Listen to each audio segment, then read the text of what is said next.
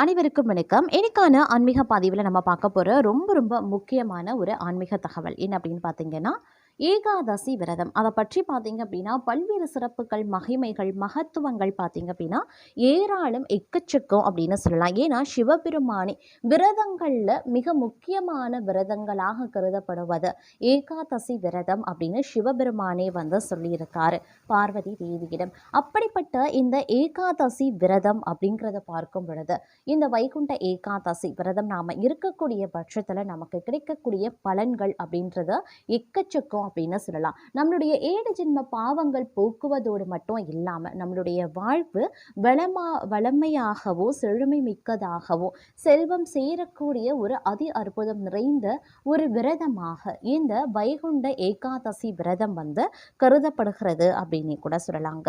இந்த விரத வழிபாடுகளை நாம் எப்படி மேற்கொள்ளலாம், இந்த நேரத்தில் நாம் என்ன செய்யலாம், என்ன செய்யக்கூடாது, என்ன மாதிரியான விஷயங்களை நாம் மேற்கொண்டோம் அப்படின்னா நமக்கு நன்மைகள் கிடைக்கப்பெறும். இந்த விரதத்தை எளிமையான முறையில் நாம் கடைபிடித்து நம்மளுடைய வாழ்க்கையில் செல்வ நிலையை அதிகரிக்க என்ன செய்யலாம் அப்படிங்கிற மாதிரியான பல சுவாரஸ்யமான பயனுள்ள ஆன்மீக தகவலை தான் இன்னைக்கு வீடியோவில் நீங்கள் தெரிந்து பலன் பெற போகிறீங்க.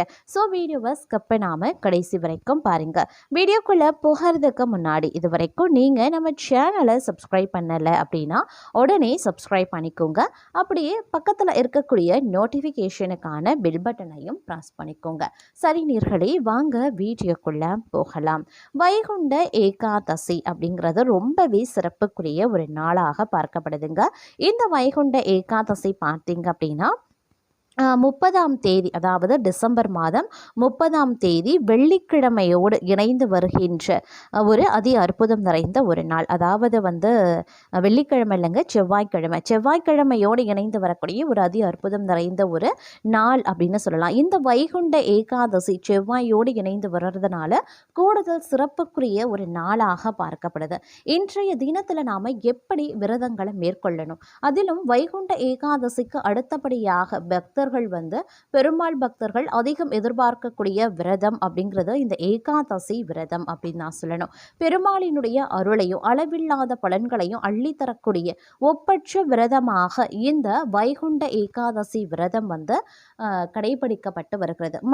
மாதம் ஏகாதசி விரதம் இருந்தாலும் கூட இந்த வைகுண்ட ஏகாதசியை தான் பெரும்பாலான பக்தர்கள் வந்து எதிர்நோக்கி காத்து கொண்டிருக்கிறார்கள் அப்படின்னே சொல்லலாம். ஏன்னா இந்த மாதம் வரக்கூடிய விரதங்கள் நாம ஒரு விரதத்தை தவறவிட்டாலும் கூட அதனுடைய பலன் போயிடும். ஆனால் இந்த வைகுண்ட ஏகாதசி அன்று நம்ம இருக்கக்கூடிய விரதத்தின் காரணமாக நாம தவறவிட்ட 11 ஏகாதசி விரதங்கள் பார்த்தீங்க, அதாவது 11 மாதங்கள் நாம இருக்கக்கூடிய அந்த ஏகாதசி விரதத்திற்குண்டான பலன்கள் பார்த்தீங்க அப்படின்னா நமக்கு உடனுக்குடன் கிடைக்க வாய்ப்புகள் அதிகமாக இருக்கிறதுனால இந்த வைகுண்ட ஏகாதசியை வந்து பக்தர்கள் ஒருபோதும் தவற விடுறது கிடையாதுங்க. ஒரு முறை ஒருவர் வந்து இந்த விரதங்களை பின்பற்றி கடைபிடிக்கிறாரோ அவருக்கு கோடிக்கணக்கான தங்க நாணயங்களை தானமாக அளித்ததற்கு சமமான புண்ணிய பலன்கள் கிடைக்கும் அப்படின்னு சொல்லப்படுதுங்க.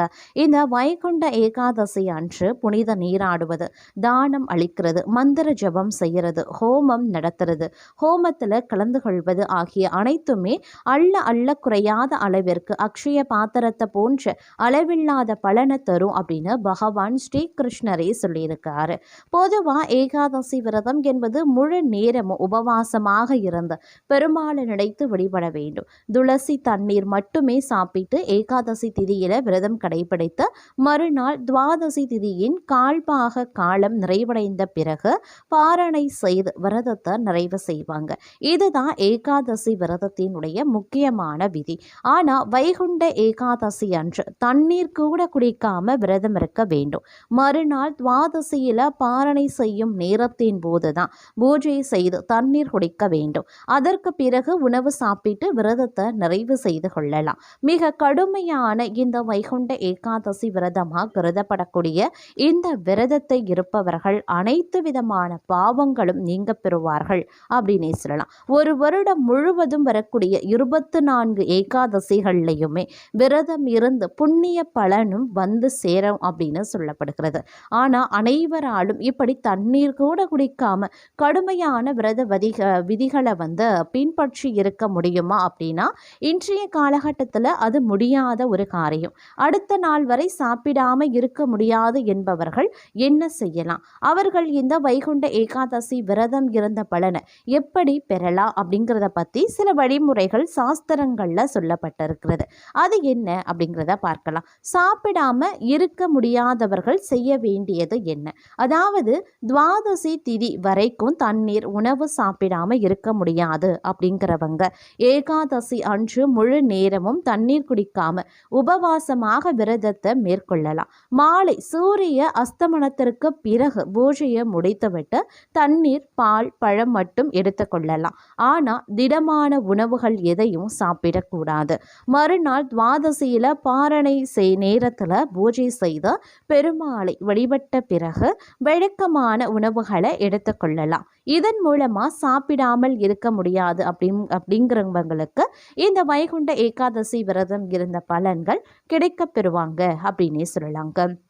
அதே நேரம் இந்த வைகுண்ட ஏகாதசி விரதங்களை வந்து மேற்கொள்பவர்கள் அப்படிங்கிறவங்க ரொம்பவே வந்து சில கடுமையான விதிமுறைகளை வந்து பின்பற்றியே ஆகணும் அப்படின்னே கூட சொல்லலாம். ஏன் அப்படின்னு பார்த்தீங்கன்னா இந்த வைகுண்ட ஏகாதசியில் டிவி பார்க்குறது, வெளியில் செல்வது, கதைகள் அடிக்கிறது, மற்றவர்களை பற்றி புறம் பேசுறது, இந்த மாதிரியான விஷயங்களை விரதம் இருக்கிறவங்க தவிர்க்கணும். முழு நேரமும் பார்த்தீங்க அப்படின்னா பெருமாளை மட்டுமே நினைத்து அவருடைய திருநாமங்களை உச்சரிக்கிறதோ அப்படி இல்லைன்னா அவருடைய மந்திரங்களை வந்து உச்சரிக்கிறதோ வந்து நீங்கள் வந்து தாராளமாக செய்யலாம். இந்த ஏகாதசி திதியில் மகாவிஷ்ணுவை தியானித்து விரதம் மேற்கொண்டு மந்திரங்கள் ஜெபித்து பகலில் உறங்குறது, விருந்து, உடலுறவு போன்றவற்றை தவிர்த்து ஆன்மீக காரியங்களில் ஈடுபடணும். துளசி மற்றும் வில்வ மரத்திற்கு பூஜை செய்து பெருமாளுக்கு பஞ்சாமிரத அபிஷேகம் செய்து விஷ்ணு சரஸ்கர நாமம் படிக்கிறது போன்ற செயல்கள் சிறப்புக்குரியது அப்படின்னு சொல்லலாம்.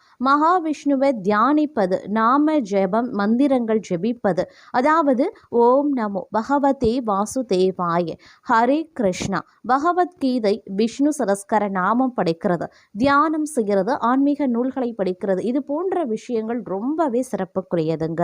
அதே நேரம் துளசி மாடத்திற்கு தீபம் ஏற்றி வலம் வருவது, வில்வ மரத்திற்கு பூஜை செய்கிறது, பெருமாளுக்கு பஞ்சாமிரத அபிஷேகம் செய்கிறது ரொம்ப ரொம்ப சிறப்புக்குரியது.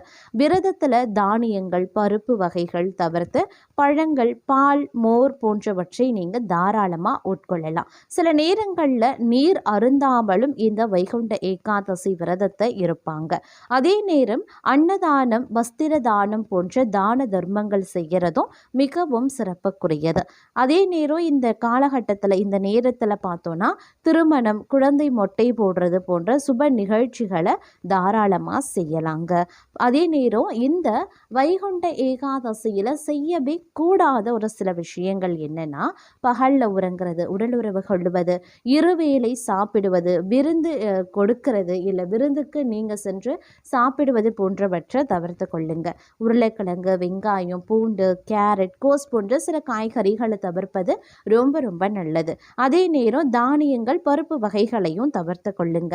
நீங்கள் அன்னதானம் செய்கிறீங்க அப்படின்னா ஏகாதசி அன்று பிரசாதம் சாப்பிட்றத வந்து தவிர்த்து கொள்வது ரொம்ப ரொம்ப நல்லதுங்க. ஏன்னா நீங்கள் விரதம் இருக்கும்போது நீங்கள் கோயில் பிரசாதம் தானே அப்படின்னு நினச்சி நீங்கள் வாங்கிட்டீங்கன்னா நீங்கள் காலையிலிருந்து இருக்கக்கூடிய அந்த விரதத்திற்கு அர்த்தமே இல்லாமல் போயிடும், அதற்குரிய பலன்கள் கிடைக்காமல் போய்விடும்.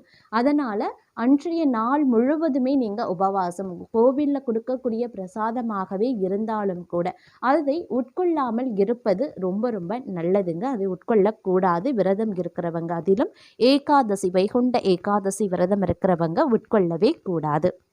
அதே நேரம் மறுநாள் துவாதசி அன்று தான் சூரிய உதயத்திற்கு பிறகு கோவிலில் பிரசாதம் சாப்பிட்டு தங்களுடைய விரதத்தை நீங்கள் நிறைவு செய்து கொள்ளலாம். அதே நேரம் இன்றைய தினத்தில் பார்த்தீங்க அப்படின்னா சில விஷயங்கள் வந்து, அதாவது வந்து வைகுண்ட ஏகாதசியில் பார்த்தோம் அப்படின்னா பல்வேறு மாற்றங்கள் இருக்கும். இந்த நேரத்தில் நாம் செய்யக்கூடிய விஷயங்கள் என்னென்ன பொருட்கள் வாங்கலாம், என்ன மாதிரியான விஷயங்களை வந்து நாம் செய்கிறது நல்லது அப்படிங்கிற மாதிரியான சில விஷயங்கள் இருக்கிறது. அதில் மேலும் ஏகாதசி திதியில் பெருமாள் வழிபாட்டிற்காக துளசி, நெய், பழங்கள், பால் பொருட்கள், அதாவது பன்னீர், வெண்ணெய், தானியங்கள் அப்படின்னு பார்த்தீங்கன்னா சத்து மாவு, மகானா மற்றும் காய்கறிகள் அப்படின்னு பார்க்கும் பொழுது நெல்லிக்காய், அகத்திக்கீரையை தாராளமாக வாங்கலாம்.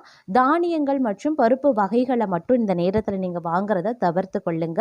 பெருமாளுக்குரிய பொருட்களை வாங்கி வழிபடுவதும் தானம் செய்யறதும் செல்வத்தையும் நலத்தையும் உங்களுக்கு அள்ளி தரக்கூடிய வகையில் அமைய பெற்றிருக்கிறதுங்க. அதனால் தாராளமாக இந்த பொருட்களை நீங்கள் வாங்குங்க.